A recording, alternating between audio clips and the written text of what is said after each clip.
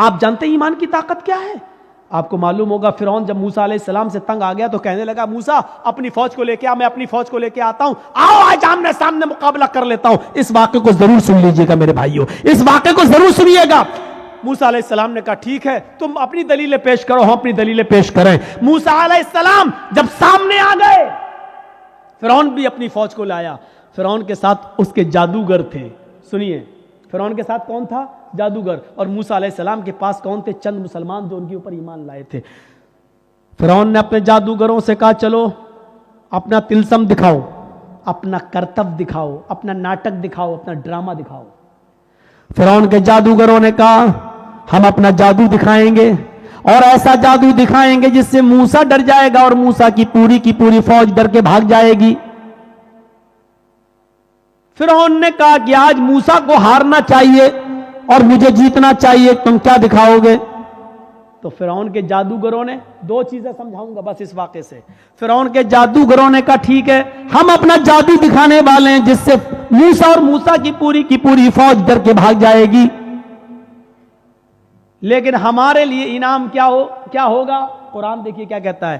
جب فرعون کے جادوگروں نے فرعون سے کہا ہم اپنا جادو دکھائیں گے جس سے موسیٰ اور موسیٰ کی قوم ہار جائے گی، لیکن یہ تو بتاؤ انا لنا لاجرا ان کننا نحن الغالبین، اگر ہم جیت گئے، ہم غالب آ گئے، ہم موسیٰ اور موسیٰ کی فوج کو بھگانے میں کامیاب ہو گئے تو ہمارا انعام کیا ہوگا؟ ہمیں آپ کیا دیں گے؟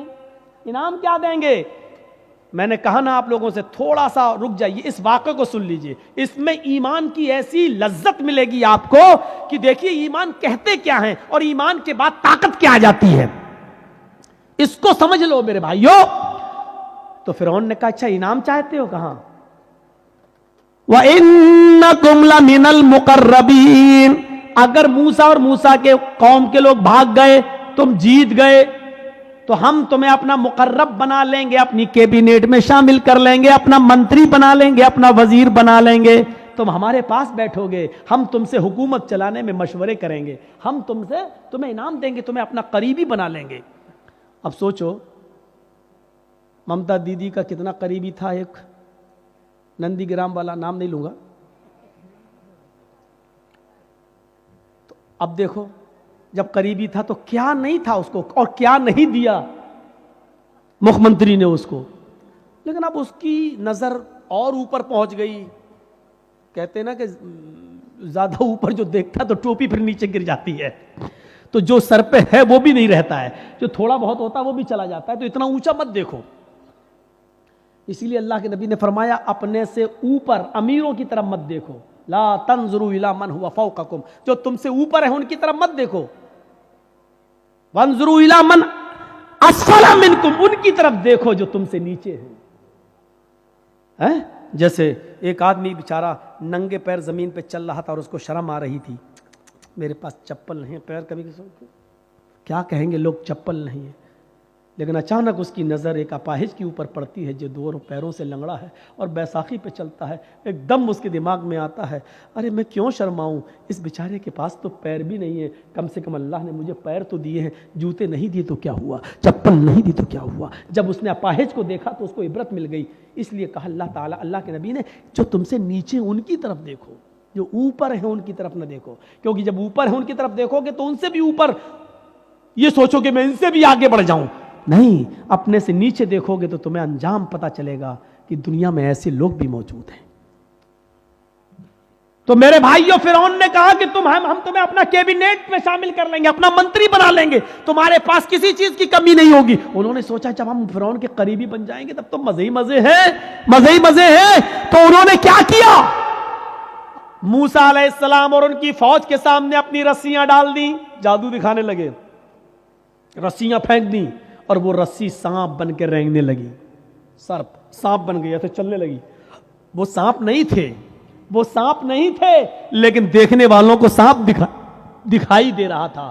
سانپ، موسیٰ علیہ السلام ڈرنے لگے، ایسے کرنے لگے ہیں تو فوراً وحی آئی، اللہ تعالیٰ نے کہا لا تخف یا موسیٰ، موسیٰ ڈرو نہیں، جن کو تم سانپ سمجھ رہے ہو وہ سانپ ہے نہیں، وہ رسیاں ہی ہیں، یہ تلسم ہے، یہ جادو ہے، تم اس جادو کو ختم کرنا چاہتے ہو, ان کے سانپوں کو مزہ چکھانا چاہتے ہو, تو ہم نے جو تمہیں ڈنڈا دیا, جو لاٹھی تمہارے پاس ہے, جو آسا, اس کو زمین پر مارو.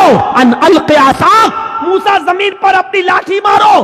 موسیٰ علیہ السلام نے اپنا ڈنڈا, اپنی لاٹھی زمین پہ ماری, اور جیسی لاٹھی زمین پہ ماری وہ کیا بن گیا؟ اژدہا. اژدہا بن گیا. اس نے منہ کھولا, اور جیسی منہ کھولا, کر کے اندر کو سانس لی, باہر کو نہیں, اندر کو جو سانس لی تو جتنے سانپ تھے اڑتے ہوئے گئے, آپ اس کے منہ میں گھس گئے اور سب کو کھا گیا. جادوگر یہیں سے سمجھ گئے فرعون کے, ہم نے جو دکھایا وہ نقلی مال تھا, فرعون نے جو دکھایا وہ اوریجنل تھا. ہم نے جو دکھایا وہ ڈھونگ تھا, موسیٰ نے جو دکھایا وہ اوریجنل تھا. فیکٹ, فیک نہیں, فیکٹ تھا, سچائی تھی, ٹرو تھا اس کے اندر, سچائی تھی. ہم نے جو دکھایا وہ پول کھل گئی میری.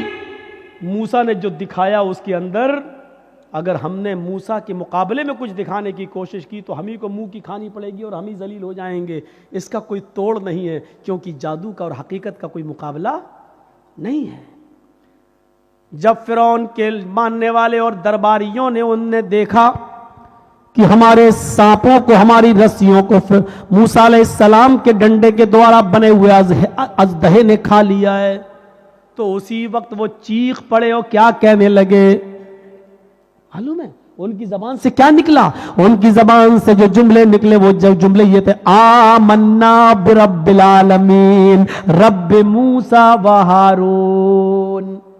ہم اللہ رب العالمین پر ایمان لائے, اس رب پر جو موسیٰ کا رب ہے اور جو ہارون کا رب ہے. سمجھ گئے آپ؟ ابھی تک کافر تھے, لیکن حقیقت دیکھنے کے بعد کیا ہو گئے؟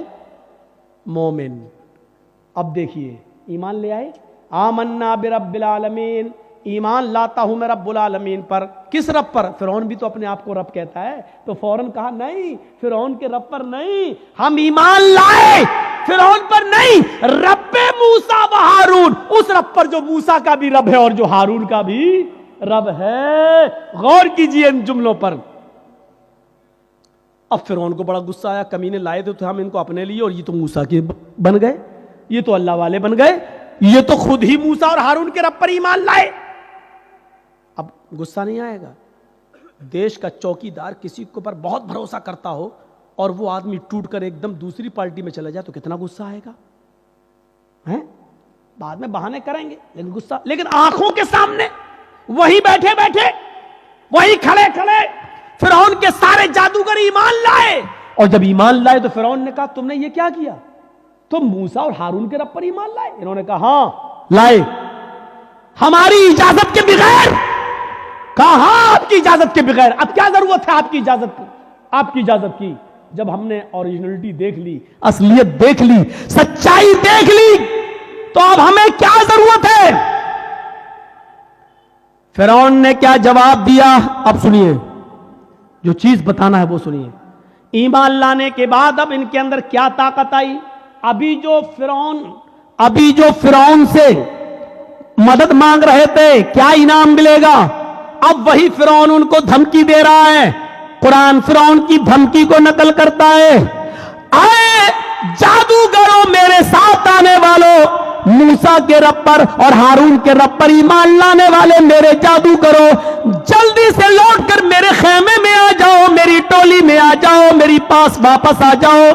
اگر تم نے ایسا نہ کیا, اگر تم نے ایسا نہ کیا, لَأُقَطِّعَنَّ أَيْدِيَكُمْ وَأَرْجُلَكُمْ مِنْ خِلَافٍ ثُمَّ لَأُصَلِّبَنَّكُمْ أَجْمَعِينَ. قرآن کیا کہتا ہے؟ فرعون دھمکی دیتا ہے, اگر تم نے موسیٰ اور ہارون کے رب کو نہ چھوڑا, لَأُقَطِّعَنَّ أَيْدِيَكُمْ وَأَرْجُلَكُمْ مِنْ خِلَافٍ, ابھی یہی سب کے سامنے ہم تمہارے ہاتھوں کو اور پیروں کو کٹوا دیں گے, ہم ان کے ٹکڑے ٹکڑے کر دیں گے. من خلاف, مخالف سمتوں سے. مخالف سمت سے مطلب سمجھ رہے ہیں؟ اگر سیدھا ہاتھ کاٹیں گے تو الٹا پیر, اور اگر الٹا ہاتھ کاٹیں گے تو سیدھا پیر.